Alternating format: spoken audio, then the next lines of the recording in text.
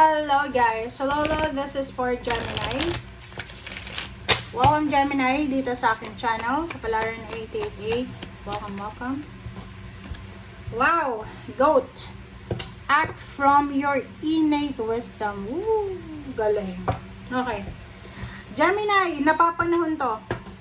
Ang sabi ng bara sa'yo dito, kailangan yung mga actions natin ay resonated sa kung ano ang laman ng ating utak. Ganun yun. Okay.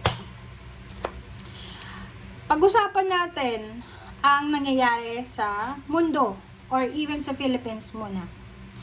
Maraming nangyayari ngayon na because of like popularity, because of fame, because of money, maraming nag-aaway-away na tao.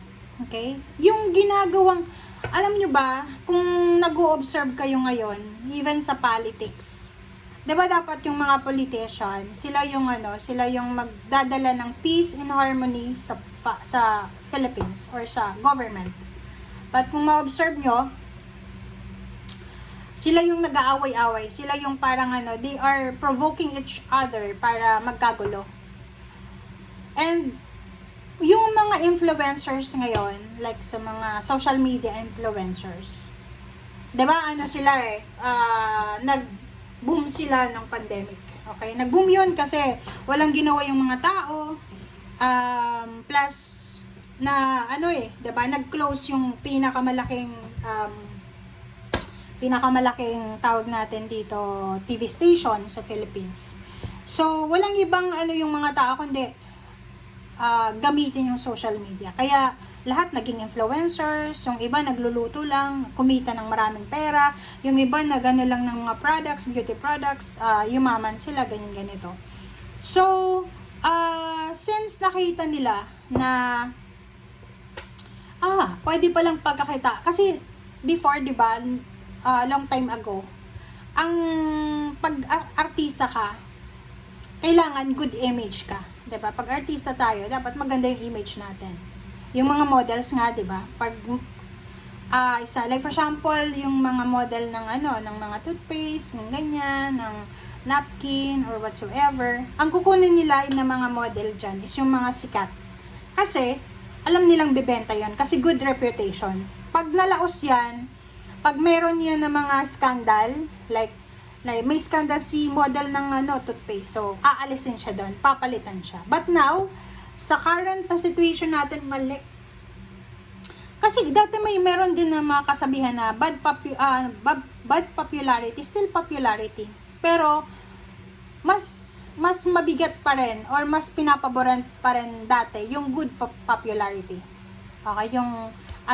Yung reputation, good reputation. Pero sa panahon ngayon, guys, mahihilo ka na kasi yung mga tao puro bad popularity, away dito, away doon, nag-aaway-away na sila, and alam mo ba, parang kung naniniwala tayo na may divine, okay, makinig kayo, Gemini, hindi ito related sa'yo, pero makaka-relate ka dito. Kung naniniwala tayo sa divine, marirealize mo, bakit ba nangyayari to? Ba't parang yung mga tao ngayon, parang ang selfish na. Parang ang gusto lang nila ay sarili nila, ganito ganyan, nag-aaway-away sila, and hindi nila naiisip ano bang nararamdaman ng mga viewers ko, ano bang nararamdaman ng ganito ganyan, 'di ba? Parang ganun. So, parang ganun lang ito, 'di ba? Yung mga tao na yan na panay away, tas panay comment sa mga comment sections, minsan walang laman yung utak nila Okay? Puro lang bibig, puro lang parang ganun. Warrior sila sa pagko-comment. Okay? Kasi kung talagang matalino ka, kung talagang may laman yung utak mo, iisipin mo na ba't ko i-waste yung oras ko, yung energy ko, yung emotion ko diyan sa walang kwentang bagay na yan. Hanggat na wala kang mahihita, 'di ba? So since may mahihita sila, kasi the more na pag-uusapan sila, the more nasisikat sila. More engagement. Kasi yun yung uso ngayon, engagement. So, marirealize mo talaga na sa panahon ngayon, iba na. Okay? Kasi tayo nung bata pa tayo, di ba? sa lola-lola natin. Sasabihin ng lola natin bago tayo pupunta ng school. Uy, ikaw, wag kang malikot, wag kang kasi yung teacher mo magagalit. Kasi pag malikot tayo sa school, notorious tayo na, uy, eto malikot na bata, suplada, pasaway, ganyan. Which is, pagdating sa parents natin, parang nakakahiya na yun, di ba? Bata pa tayo nun eh. Pero ngayon, no.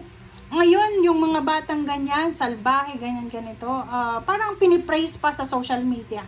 Parang ganon. Sorry pero ganon, yung observation nyo, kung nakarelate kayo dito, Gemini, hindi yun para sa inyo Pero eto yun, sinasabi ng barahan na act from your innate wisdom. Kailangan mag-react tayo, depende sa kung gaano natin alam yung situation. May iba kasi na wala namang alam, pero sila pa yung mas marunong, parang ganon.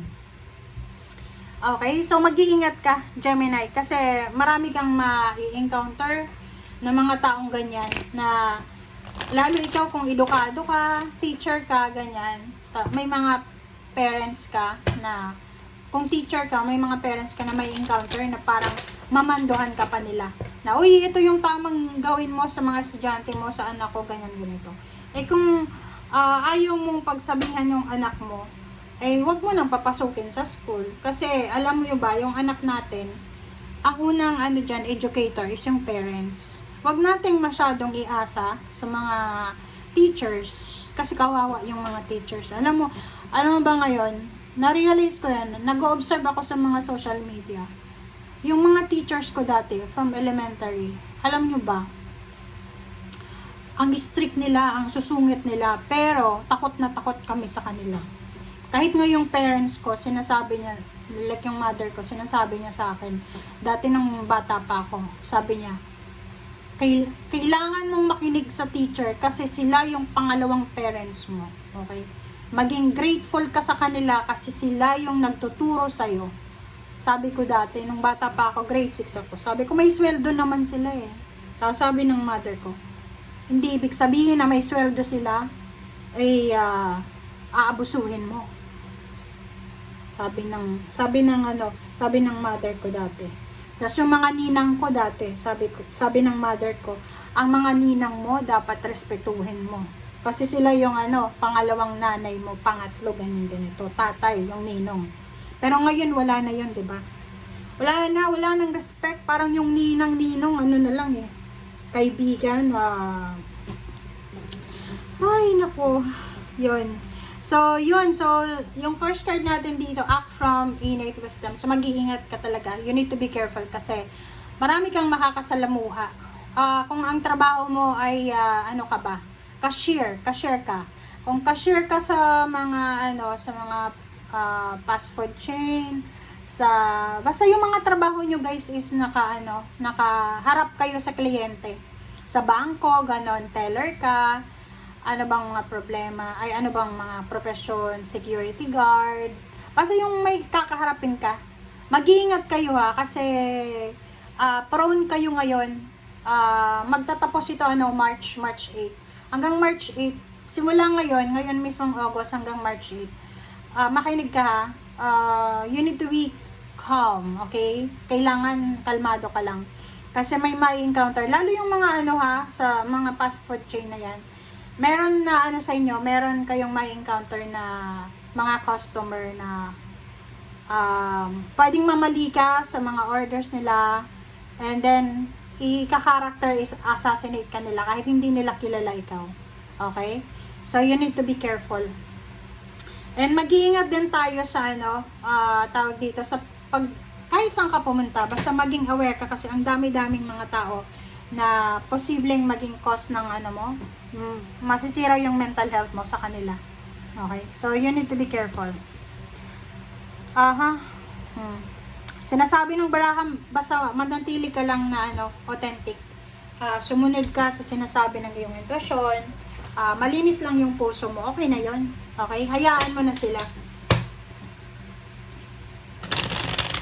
Marami kang judgment na makikita sa mga tao na wala namang ambag sa buhay mo.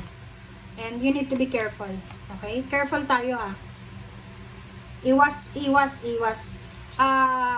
Ito personal kong personal kong advice sa'yo, Gemini. Huwag kang dadalo sa mga okasyon na may mga inuman, may mga lasing. Huwag ka din, like for example, kung nagda-drive ka, kahit anong dinadrive mo, huwag, i-check mo muna yung yung internet. Nasaan ka ba ngayon? Kung pwedeng ma-check mo kung traffic doon sa dadaanan mo. Huwag kang dadaan doon. Okay? Kasi, yun, pwede kang ma-involve sa mga road rage, ganyan. So, basta maraming mga mga tao ngayon na matitrigger sa'yo. Okay? Na, makikita kasi nila yung authenticity mo. Makikita nila na authentic ka. So, parang gusto nilang i-trigger. Sa trabaho, ganun din na. Medyo bawas-bawasan mo yan ha. Mahaba pa to ha. August, September, October, November, December, January, February, March. So, it's 8 months na umiwas ka. Umiwas sa gulo. Okay. Alright? So, King of Wands, suspended person, this is Hangman. So, sabi ng baraha sa'yo dito, ayun, sa trabaho to guys ha, sa trabaho sinasabi ng baraha na, sabi ko na sa'yo you have choice daw. Sabi ng baraha dito, you have choice na, yung mga bida-bida sa trabaho, hayaan mo na lang sila. King of Swords, sabi ng baraha sa'yo, kung may mga financial problems kayo ngayon, huwag kayong masyadong mag-alala kasi there's a good future coming para sa'yo. Emperor, sabi ko na sa'yo kahit may pera ka, may ipon ka, huwag kang magpapautang sa kahit kanino. 8 months to makinig ka, Gemini.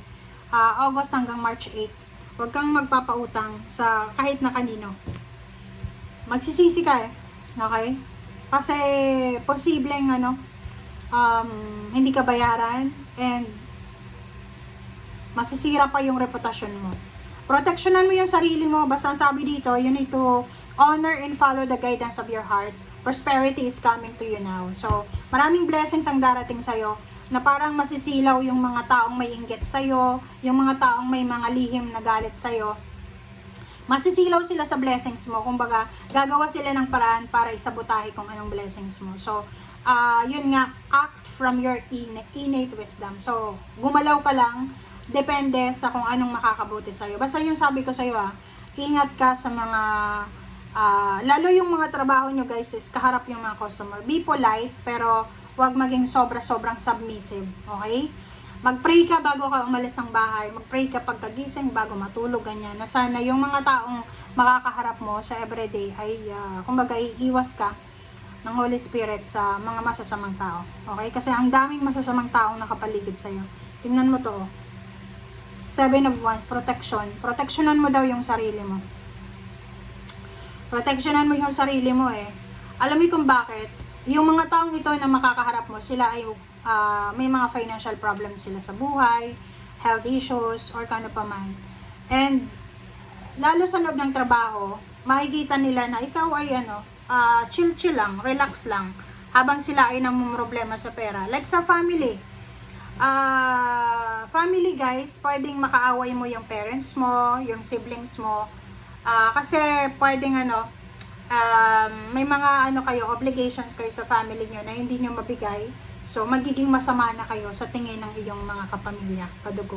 So, yun, kung breadwinner ka, tapos ngayong July, nakapag-decision ka na, titigil ka na sa pagiging breadwinner. So, expect mo yan na within the 8 months, from August until March 8, talagang ikaw yung magiging kalaban ng buong angkan mo. Okay? Thank you guys. Bye!